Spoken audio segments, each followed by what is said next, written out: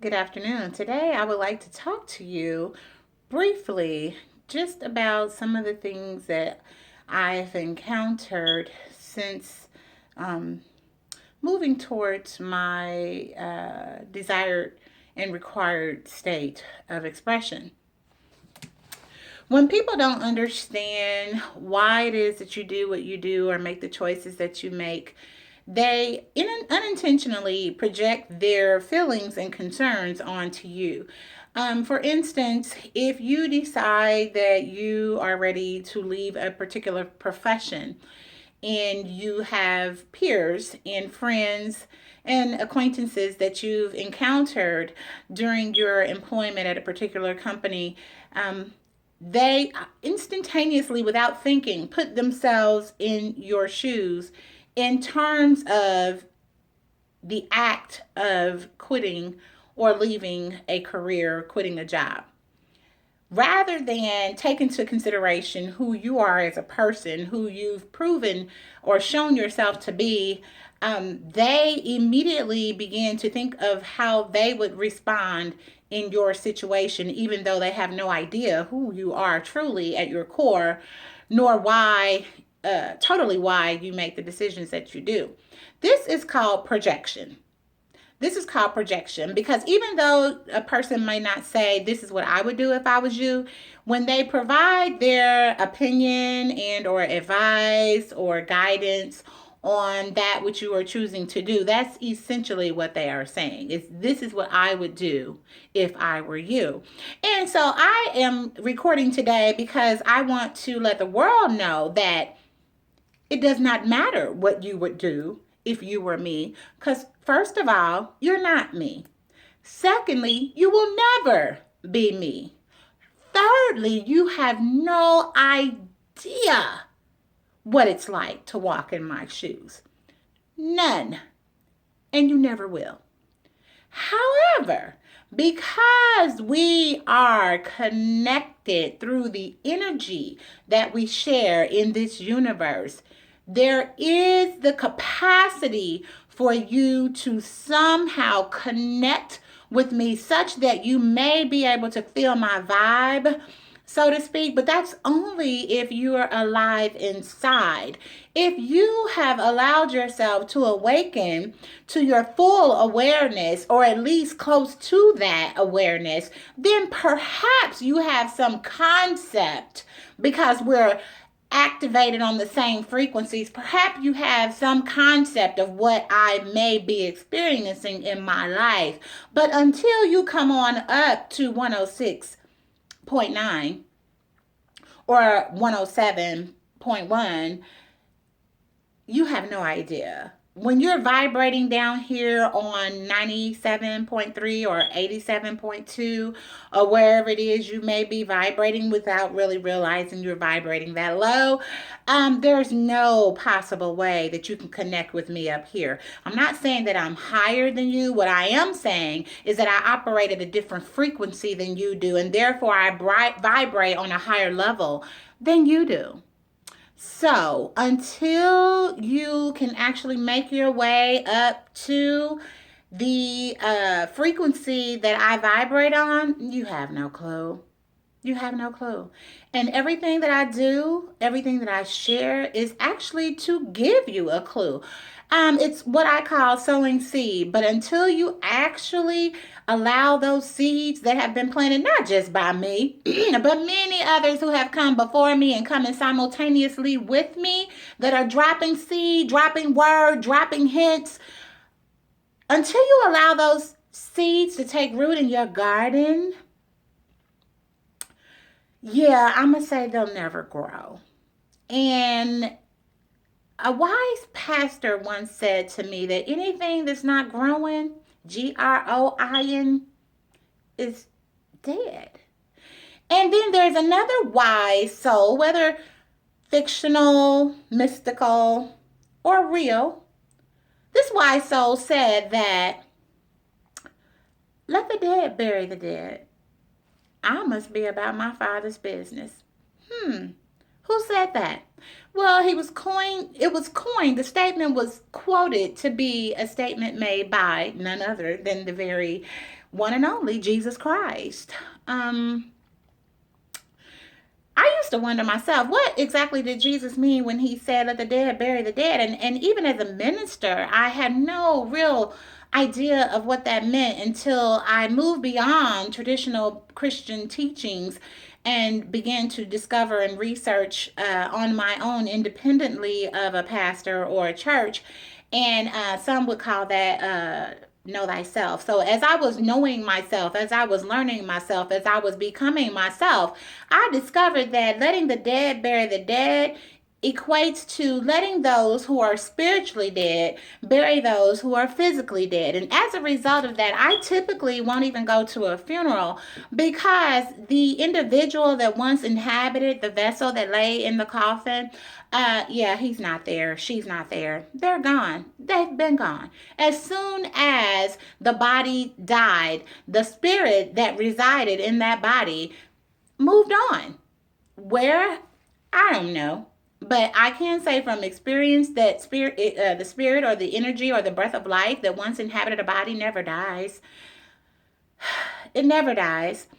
And I had a conversation today with my mother and her friend, and I discovered, because oftentimes when I talk to other people is when the spirit talks to me. Yeah, when I'm talking to other people, the spirit also speaks to me. Whose spirit, you might say? It's my spirit. It's my higher self. It's my higher level of awareness. It's that which dwells up in the upper most upper quadrant of my brain. It is that which is present in the upper room. It is that third eye knowledge. It is that crown chakra that adorns this vessel. It is the all, and the all is this. It is all of that. It is all of that. I used to say when I was a traditional minister, it's all of that in a bag of chips. But baby, now I really know exactly what that means and what all that entails. And the reality is that when you come into the full knowledge of self, and no, I'm not saying that I know everything, because we all know about that concept, right? Because this circle that I make represents the body of knowledge that I have, what I do know. But everything outside of that circle is all those things that I still don't know and may not ever come to know. However, there is a leak in this old building, and this soul has got to move. So even that which I do not know, at some point in time in my spirit's realm of awareness, it will know as well. For I also am under the belief system, CeleXy's belief system. I'm also under that frame of mind that I came into this world knowing everything. However, as I progressed through this socialized world that we live in, I forgot everything. Such that I walk around looking for myself. I've walked around looking for myself for several years, and then finally I discovered myself lying on the floor prostrate after the loss of what I thought was my life. And as I laid there in prostrate, something said to me, now I know what said to me. It was my higher self, my spiritual awareness, my crown chakra, my third eye, my ego, without... I can't even, it was me. It was me. Me said to me, bitch, get your ass up and live. Me said that to me. Not some external force, not some entity outside of me, not some white bearded man from the sky, not some motorcycle rider, hippie looking man with blue eyes and long brown hair.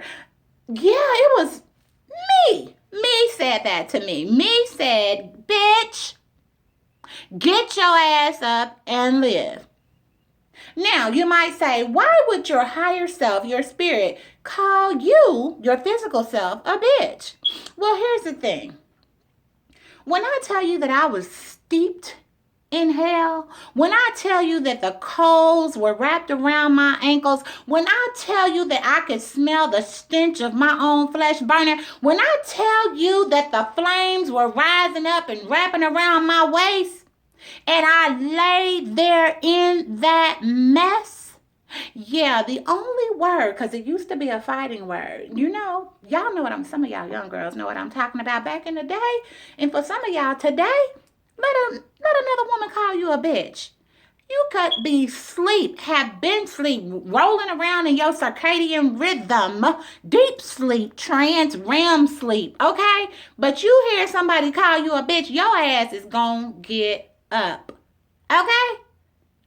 Okay, sorry, I went into ebonics and kind of went back into my black girl mode because I am a black girl. Imagine that. But anyway, so my higher self said to my lower self, because my higher self was always operating on 107.9 or something like that. And my lower self, damn, she had dropped down beyond the frequencies. Okay. I don't know. The lowest radio station on the dial is what, 79.9? I don't know.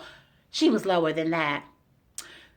So in order to get her attention, I couldn't have called her queen. I couldn't have called her beautiful black woman. I couldn't have called her Minister Grayson. I couldn't have called her any of those terms that would have implied adoration or acknowledgement of who she was. No. I had to call her out of her name. Bitch, get your ass up and live. And kind of like some animation or Trekkie like amplification or something. My body just rose up straight up. And you know what? I promise you, if I could remember, I would almost swear to tell you that I did not even bend my knees. I went from prostrate to standing straight up. You feel me? I was like, who called me a bitch? Who called me a bitch? Yeah, it was me. It was my higher self. It was the queendom in me. It was my third eye seeking, my third eye looking out for me. It was that crowned vessel that vibrates throughout the universe me. It was me who said, bitch, get your ass up and live. And like a bitch, I got my ass up because I realized that laying down in the mire and muck and mire of, mess and hell and dwelling in the guttermost places, I thought to myself, oh, well, hell, shit. If my higher self is telling me to get up and live, then obviously what I've been doing all this time was not living. It was not living. I don't know what it was, but it was showing the hell wasn't living. So what it is that I do now, I'm operating in all my gifts. And yes, my enemies are becoming my footstools. And yes, they don't understand. And yes, the world is questioning what I'm doing. And yes, even my family, friends, and loved ones question what I do. But I do what I do because I live. Yeah, I live. I live, and I'm beautiful, and I'm bold, and I'm courageous, and I'm strong, and I know what I know that I know that this body, whether skinny or fat, tall or short, black or white, matters not.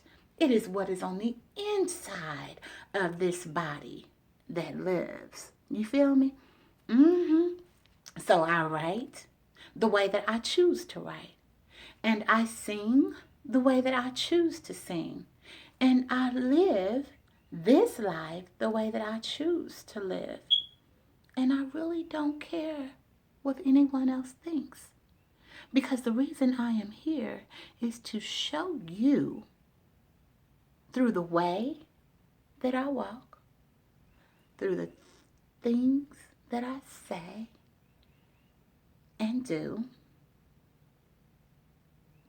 that you too can be authentically you.